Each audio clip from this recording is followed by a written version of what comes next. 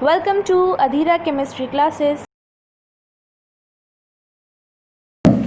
हाय दोस्तों, अधीरा chemistry class में आपका स्वागत है। जो लेसन चल रहा था उस लेसन का नाम था सरफेस केमिस्ट्री और यह एनसीईआरटी 02 का यूनिट 5वीं यूनिट है। यह लेसन बहुत अच्छा है। तो इस लेसन में मैंने शुरुआत किया था एडजॉर्प्शन। तो एडजॉर्प्शन क्या होता है उसके बारे में हमारा वीडियो आया हुआ था।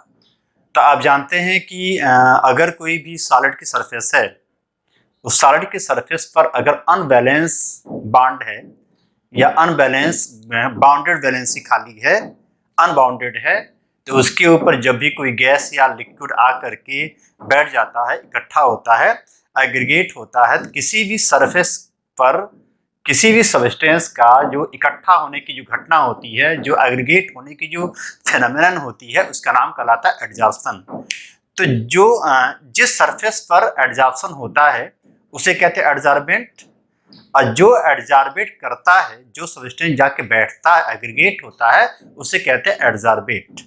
मान लीजिए आपके पास एक्टिवेटेड चारकोल है और एक्टिवेटेड चारकोल के ऊपर अमोनिया जाके बैठती है, अमोनिया जाके एक्टिवेटेड चारकोल के सरफेस पर कंसंट्रेट हो जाती है, स्ट्राइक कर देती है, तो चारकोल कहलाएगा एडजॉर्बेंट, अमोनिया कहलाएगा एडजॉर्बेट, और ये पूरी घटना कहलाती है एडजॉर्प्शन। एडजॉर्प्शन जो होता है एक प्रकार का सरफेस फेनोमेनन है। अगर अमोनिया चारकोल के अंदर भी जाके फैल जाती है, इंटीरियर में अपना स्थान ऑक्युपाई करती है, तो वह घटना कहलाती है एब्जॉर्प्शन। तो एडजॉर्प्शन जो होता है एक प्रकार के सरफेस फेनोमेनन है, और जो एब्जॉर्प्शन होता है वह जो होता है बल्क फेनोमेनन होता है। तो जो एडजॉर्बेट और एडजॉर्बेंट के बीच जो बातचीत होती है, जितनी सारी संभावनाएं होती हैं एडजॉर्बेट और एडजॉर्बेंट के बीच में जो इंटरेक्शन होता है, उसको समझने के लिए जो केमिस्ट्री है उसका नाम रखा जाता है एडजॉर्प्शन केमिस्ट्री। और यह चूंकि सरफेस की फेनोमेनन है तो इसको इंक्लूड किया जाता है सरफेस केमिस्ट्री में। तो जब एडजॉर्बेट और एडजॉर्बेंट के बीच में बातचीत होती है तो एडजॉर्बेट कितनी मात्रा में, कितने अमाउंट में जा करके एडजॉर्बेंट पे बैठता है, और इसका जो अमाउंट होता है एडजॉर्प्शन के अमाउंट, प्रेशर और सॉल्यूशन के कंसंट्रेशन के बीच में क्या ताल्लुकात होता है, इस ताल्लुकात को समझाने के लिए फ्रेंडलिक ने एक इक्वेशन दिया था, एक आइसोथर्म दिया था जिसका नाम रखा गया था फ्रेंडलिक एडजॉर्प्शन आइसोथर्म।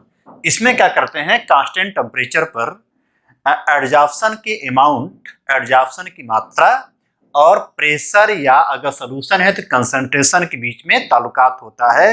माने कांस्टेंट टेम्परेचर पर एडजॉर्प्शन के अमाउंट का प्रेशर के बीच क्या ताल्लुकात है, क्या संबंध है, क्या रिलेशन है, उसको एडजॉर्प्शन आइसोथर्म कहते हैं, और उसके लिए एक ग्राफ निकालते हैं। तो फ्रेंडलिच ने एक इक्वेशन दिया था, उस इक्वेशन के आधार पर एक ग्राफ बनाया था, उसका नाम रखा जाता है एडजॉर्प्शन आइसोथर्म।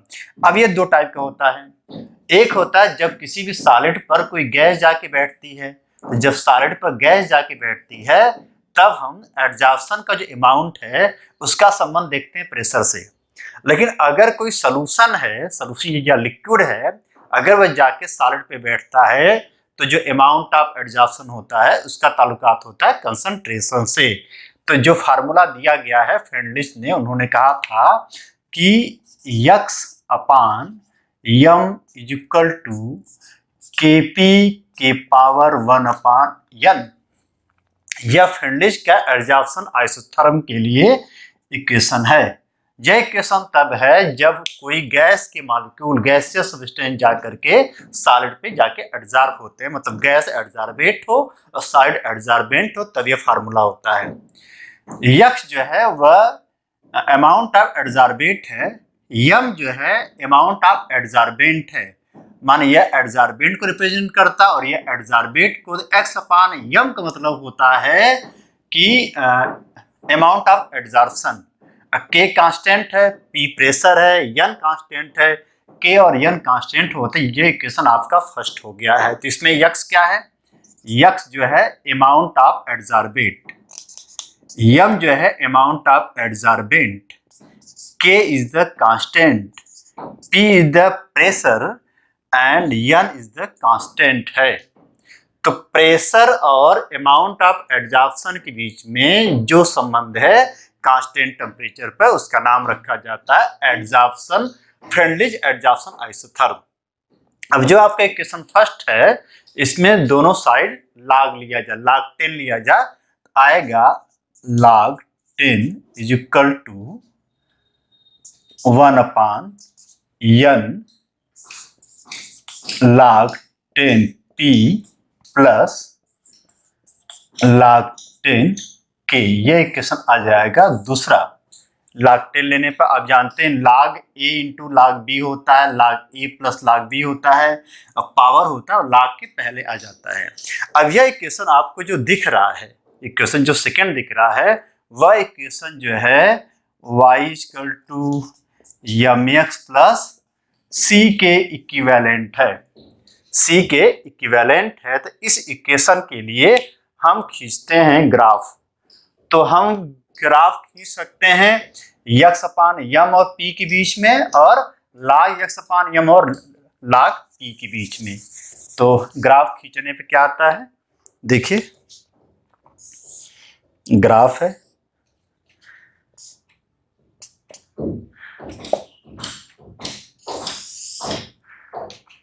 यह p x/m। ग्राफ को देख के पता चल रहा है कि जैसे जैसे प्रेशर बढ़ता जाता है वैसे वैसे अमाउंट ऑफ एडजॉर्प्शन बढ़ता जाता है, लेकिन प्रेशर के और बढ़ते जाने से इसकी अमाउंट ऑफ एडजॉर्प्शन की वैल्यू कम होती जाती है। अब हम ग्राफ खींचते हैं log 10 x/m log 10 p के बीच में। तो एक सीधी रेखा प्राप्त होती है। सीधी रेखा में जो आपका स्लोप है, स्लोप का एंगल है, यह रिप्रेजेंट करेगा 1/n को, और जो इंटरसेप्ट है इसकी जो वैल्यू है यह आपको रिप्रेजेंट करेगी log 10 k को। तो ये दोनों ग्राफ को देख करके आप log 10 भी निकाल सकते हैं और 1/n की वैल्यू भी निकाल सकते हैं। तो अमाउंट ऑफ एडजॉर्प्शन और प्रेशर के बीच में जो ताल्लुकात है, जो संबंध है कांस्टेंट टेम्परेचर पर, उसको हम फ्रेंडलिज एडजॉर्प्शन आइसोथर्म कहते हैं। यह फार्मूला है। यह फार्मूला तब अप्लाई होगा जब सॉलिड एडजॉर्बेंट है और गैस के मॉलिक्यूल क्या है, एडजॉर्बेंट है। अब इसी को हम अप्लाई कर सकते हैं अगर कोई सोल्यूशन है या कोई लिक्विड है। तो आप जानते हैं अगर एसिटिक एसिड का सोल्यूशन है, एसिटिक एसिड के सोल्यूशन में चारकोल को डाल दिया जाता है, तो चारकोल के मॉलिक्यूल चारकोल के सरफेस पर एसिटिक एसिड जाके बैठ जाता है। तो एसिटिक एसिड चूंकि सोल्यूशन के फॉर्म में है, तो उसके लिए जो फ्रेंडलिज एडजॉर्प्शन आइसोथर्म है उसमें जहाँ Kp है वहां पर हो जाएगा Kc, वेयर से द कंसंट्रेशन ऑफ सोल्यूशन, और यह हो जाएगा C और यह हो जाएगा C, यह भी हो जाएगा C। बस अंतर नहीं है, अगर जो है गैस के मॉलिक्यूल एडजॉर्बेंट है तो यह Kp था, और गैस के मॉलिक्यूल जो है अगर जो है सोल्यूशन के मॉलिक्यूल एडजॉर्बेंट है तो यह हो जाएगा Kc। यह आपका हो गया फ्रेंडलिज एडजॉर्प्शन आइसोथर्म। इस पे सवाल एक आता है और इस सवाल को आप अप्लाई कर सकते हैं बोर्ड में भी, और अप्लाई कर सकते हैं नीट में और जी मेंस में भी।